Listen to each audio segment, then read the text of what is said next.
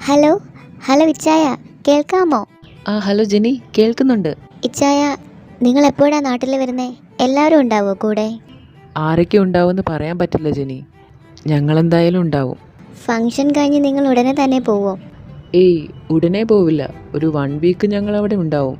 അല്ല ജെനി, താൻ അവിടെ തന്നെ ഇല്ലേ? ദിയ പോയതിൽ പിന്നെ ജിയേം കുക്കിയും അവിടെ ഒറ്റയ്ക്കാ. അത് ഓർത്ത് ഇച്ചായ വിഷമിക്കണ്ട, ഞാൻ അവിടെ തന്നെ ഉണ്ടാവും.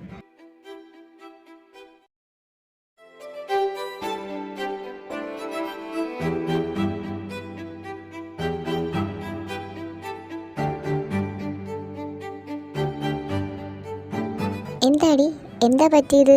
നിന്റെ മുഖം എന്താ വാടിയിരിക്കുന്നേ? ഏയ്, ഒന്നുമില്ല കുക്കി, ഒന്നുമില്ലാന്ന് നീ കള്ളം പറയണ്ട. എനിക്കറിയാം, വെച്ച് പോതിൽ പിന്നെ വിളിച്ചിട്ടില്ല അല്ലേ? ആ, അതിനെന്താ, അവനിങ്ങ് വരില്ലേ? പിന്നെ ഇങ്ങോട്ട് വിളിക്കാൻ സമയം കാണത്തില്ല, അതായിരിക്കും വിളിക്കാത്തത്. നീ വിഷമിക്കാതെ, എന്ത് തിരക്കാണെങ്കിലും വിളിക്കാതിരിക്കത്തില്ലല്ലോ.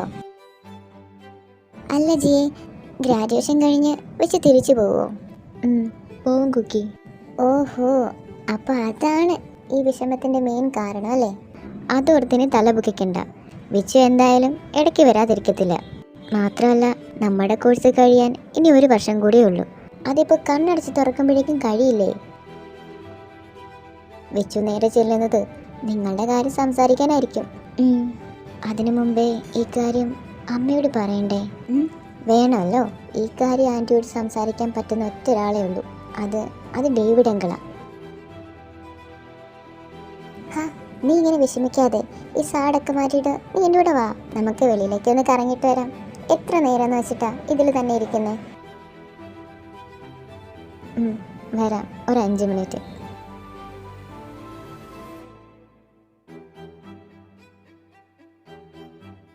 ഹലോ, എടാ വിച്ചു.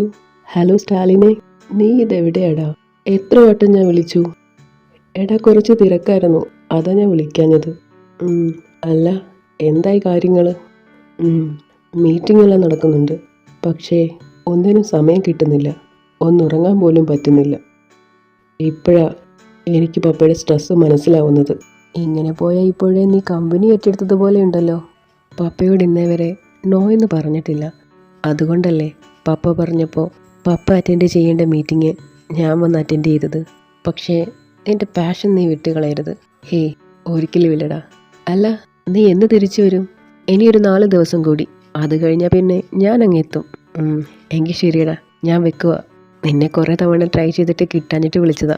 ഞാനും ചാക്കോയും ഒന്ന് പുറത്ത് വരെ പോകാൻ നിൽക്കുക. ഞങ്ങൾ വന്നിട്ട് വിളിക്കാം. ശരിടാ, ബൈ. ഇച്ചായ, എനിക്ക് ശരിക്കും പേടിയാവുന്നു. ഇതെങ്ങനെ ഫിക്സ് ആയാലോ?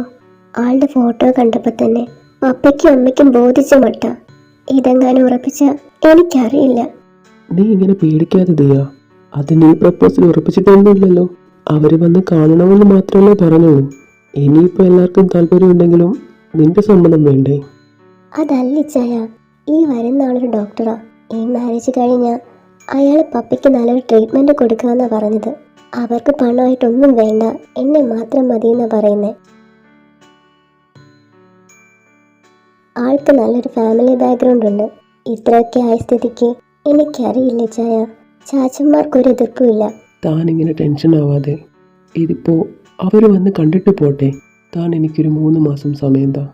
അത് കഴിയുമ്പോൾ ഞാൻ തന്നെ വന്ന് തൻ്റെ വീട്ടിലെ കാര്യങ്ങൾ പറയാം. എനിക്ക് പപ്പയുടെ അമ്മയുടെയും കാര്യത്തിൽ ഒരു ടെൻഷനും ഇല്ല.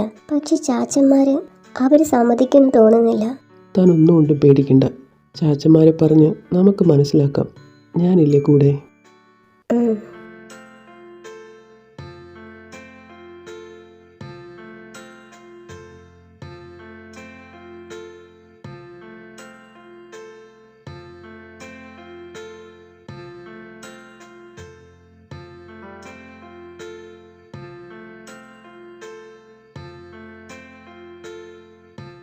ദിയ മോളെ, അമ്മ ഇതാ വരുന്നു.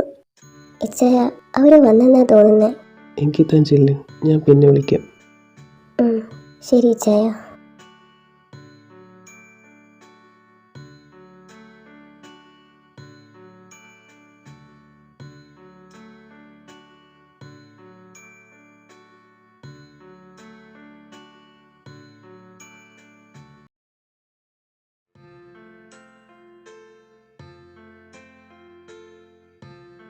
സാർ അവർ മുംബൈയിൽ നിന്ന് വിളിച്ചിട്ടുണ്ടായിരുന്നു. മീറ്റിംഗ് സക്സസ്ഫുൾ ആണ്. ആഫ്റ്റർ പ്രോസസ് അവരറിയിക്കാമെന്ന് പറഞ്ഞു. ശരി, അവരായിട്ടുള്ള ഫോൺ ലൈൻസ് അത് മെയിൻറ്റെയിൻ ചെയ്യണം. ശരി സാർ. കൺഗ്രാറ്റ്സ്. ഈ മീറ്റിങ്ങിൻ്റെ ഫുൾ ക്രെഡിറ്റും താങ്കളുടെ മകനുള്ളതാണ്. വിച്ചു ഇപ്പോൾ ഫൈനൽ ഇയർ അല്ലേ? എങ്ങനെ ഇത്ര ബ്രില്യൻ്റായിട്ട് ഈ ബിസിനസ് ഫീൽഡിൽ വർക്ക് ചെയ്യുന്നു? ഒരു സ്റ്റുഡൻറ്റിന് ഈ പ്രായത്തിൽ ഇത്രയും ഷാർപ്പായി മൂവ് ചെയ്യാൻ പറ്റുന്നുണ്ടെങ്കിൽ ഭാവിയിൽ നോ ഡൗട്ട് ഒരു ഗ്രേറ്റ് ബിസിനസ് മാൻ ആയിരിക്കും. അത് അവനുള്ളൊരു ടാലൻ്റാണോ? അവൻ്റെ ചേട്ടനേക്കാൾ വിച്ചു കാര്യത്തിൽ ഫുൾ ഡെഡിക്കേറ്റഡ് ആണ്. എന്ത് കാര്യം പെട്ടെന്ന് ക്യാപ്ചർ ചെയ്യാനുള്ള അവൻ്റെ മൈൻഡ്. എൻ്റെ രണ്ടു മക്കളുടെയും ചെറുപ്പം മുതലേ ഞാൻ അറ്റൻഡ് ചെയ്യുന്ന മീറ്റിങ്ങുകളെല്ലാം അവരും കൂടി ജോയിൻ ചെയ്യുമായിരുന്നു. അങ്ങനെ കണ്ടുപിടിച്ചതാ.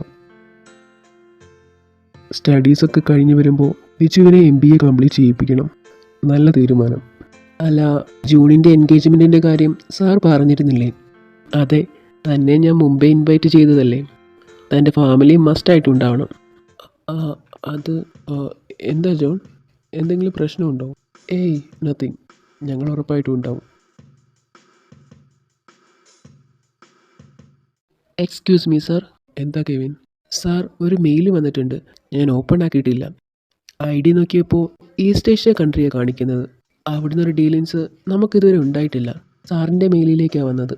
ഇനി എന്തെങ്കിലും പ്രൈവറ്റ് ഡീലിങ്സ് ആണോ? ഏയ് ഇല്ല, അങ്ങനെ പ്രൈവറ്റ് ആയിട്ടൊരു ഡീലിങ്സ് ഏഷ്യയായിട്ട് നമുക്കില്ല. പിന്നെ ഇതെന്താ? അറിയില്ല സാർ, ഞാൻ ഓപ്പൺ ചെയ്തിട്ടില്ല. Give to me. Okay sir.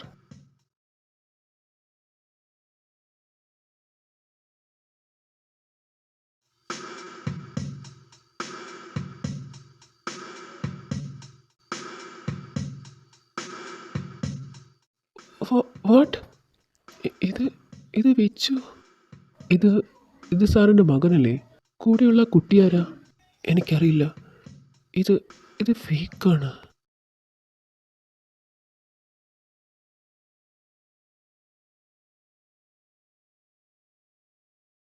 इनकी राहें खोले बाहें जो भी आए इधर. Hello, Miss Serena. Long time no see.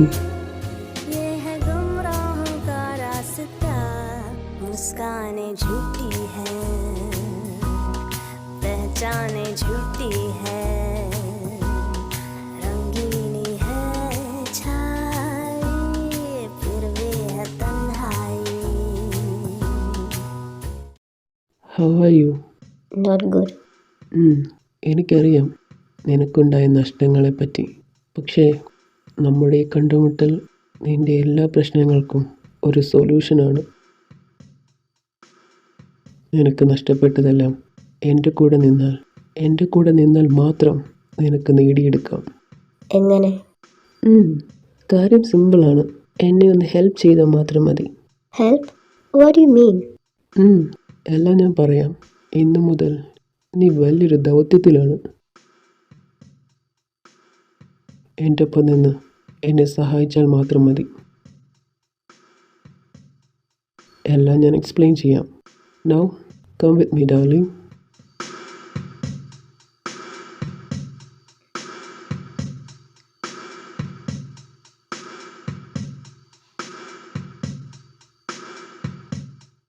Sir. Yes. Sir, ഇതാണ് ആ കുട്ടിയുടെ ഡീറ്റെയിൽസ്. എക്സ്പ്ലെയിൻ. പേര് ജിയ ആൽബർട്ട് അലക്സ്. സൗത്ത് കൊറിയയിലെ വൺ ഓഫ് ദ ബെസ്റ്റ് ബിസിനസ്മാനായ ആൽബർട്ട് അലക്സിൻ്റെ മകളാണ് ജിയ. ആൽബർട്ട്? അതെ സാർ, ആൽബർട്ട് അലക്സിൻ്റെയും അദ്ദേഹത്തിൻ്റെ വൈഫ് ആലീസ് ആൽബർട്ടിൻ്റെയും 2 മക്കളിൽ ഇളയ മകൾ. ആൽബർട്ട് അലക്സിൻ്റെയും അദ്ദേഹത്തിൻ്റെ മൂത്ത മകളുടെയും ഒരു ആക്സിഡൻ്റ് ആയിരുന്നു. അവരുടെ മരണശേഷമാണ് ജിയ ഇന്ത്യയിലേക്ക് സ്റ്റഡീസിനായിട്ട് വരുന്നത്. പിന്നെ അദ്ദേഹത്തിൻ്റെ ബിസിനസ്സൊക്കെ അദ്ദേഹത്തിൻ്റെ വൈഫ് ആലീസാണ് നോക്കി നടത്തുന്നത്. കൂടെ അദ്ദേഹത്തിൻ്റെ PA ആയിരുന്ന തമ്പാനുണ്ട്. What about Jia? ജിയ ഒരു BA സ്റ്റുഡൻ്റാണ്. ഇപ്പോൾ 2nd ഇയർ. സാറിൻ്റെ മകനും ഈ കുട്ടിയും തമ്മിലുള്ള റിലേഷൻ ഇപ്പോൾ 2 വർഷമാക്കുന്നു. സാർ, ഈ ഡീറ്റെയിൽസ് എല്ലാം കളക്ട് ചെയ്തത് പലരിൽ നിന്നുമാണ്. ആ കുട്ടിയെക്കുറിച്ച് ഇത്ര മാത്രമേ അറിയാൻ കഴിഞ്ഞിട്ടുള്ളൂ, കൂടുതലൊന്നും അറിയില്ല. ആൽബർട്ട് അലക്സിൻ്റെ മകളല്ലേ? She's good. ബട്ട് എന്താ sir? Nothing. No, you can go. Okay sir. ഈ കാര്യങ്ങൾ താനല്ലാതെ മറ്റാരും അറിയരുത്. No sir.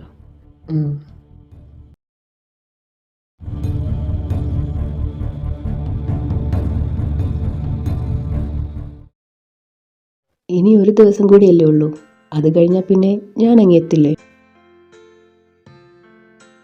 വന്നു കഴിഞ്ഞാൽ ഉടനെ വെച്ചു പോയില്ലേ? ഇല്ല ജിയ, ഗ്രാജുവേഷൻ കഴിഞ്ഞാലും ഞങ്ങൾ കുറച്ച് നാൾ അവിടെ കാണും, അതോർത്ത് താൻ വിഷമിക്കണ്ട.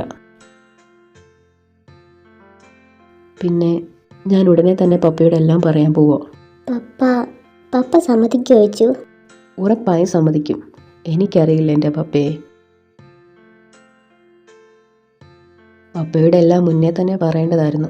ഇതിപ്പോൾ ഒരുപാട് വൈകിപ്പോയെന്നാണ് തോന്നുന്നത്. പക്ഷേ എൻ്റെ മമ്മി... താനതൊന്നും ഓർത്ത് വിഷമിക്കേണ്ട. തൻ്റെ മമ്മിയോട് എല്ലാ കാര്യങ്ങളും ഡേവിഡ് അങ്കിൾ പറഞ്ഞോളൂ. പറയുക മാത്രമല്ല, സമ്മതിപ്പിക്കുകയും ചെയ്യും. ആ കാര്യത്തിൽ ഡേവിഡ് അങ്കിൾ എനിക്ക് ഉറപ്പ് തന്നിട്ടുണ്ട്. ജിനി ചേച്ചിയുടെ ഇച്ചായൻ്റെ എൻഗേജ്മെൻറ്റ് അത് നാട്ടിൽ വെച്ചായിരിക്കും. അപ്പം തനിക്ക് എല്ലാവരെയും പരിചയപ്പെടാം, കൂടെ പപ്പയും.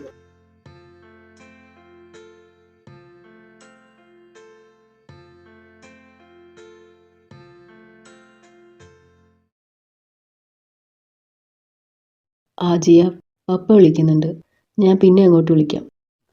ശരി. ഹലോ പപ്പ. മോനെ, എവിടെയാ? മീറ്റിംഗ് എല്ലാം കഴിഞ്ഞോ? കഴിഞ്ഞു പപ്പ. നാളെ ഞാൻ തിരിച്ചു പോകും. നീ അത്യാവശ്യമായി ഇവിടേക്ക് വരണം.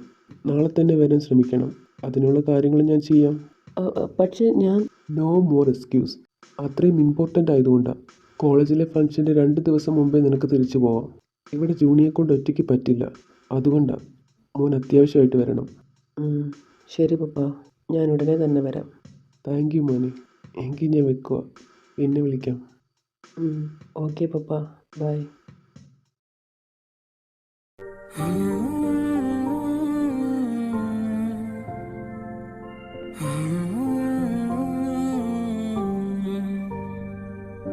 कभी तुम्हें याद मेरी आए, पलकों से जुल्फ हटा लेना, साफ दिखूंगा मैं तुमको ही, जो न देखो तो बता देना, कभी मुझे दे जो हो जाए, वक्त को थोड़ा बचा लेना, फिर से मिलूंगा मैं तुमको ही, जो न मिलो तो सजा देना, कभी तुम्हें याद मेरी आए, इतनी सी बात समझ